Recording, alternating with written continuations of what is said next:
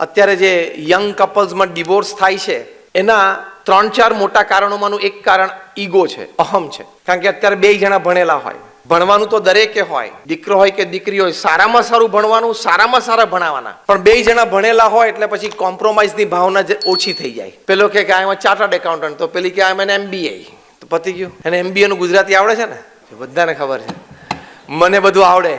એટલે પછી શું થાય, પછી ઈગો ક્લેશ આવે કે હું I am also having a good salary, પેલી કે મારી પાસે પણ આ સેલરી છે, આપણે આમ કરીએ, આપણે આમ કરીએ.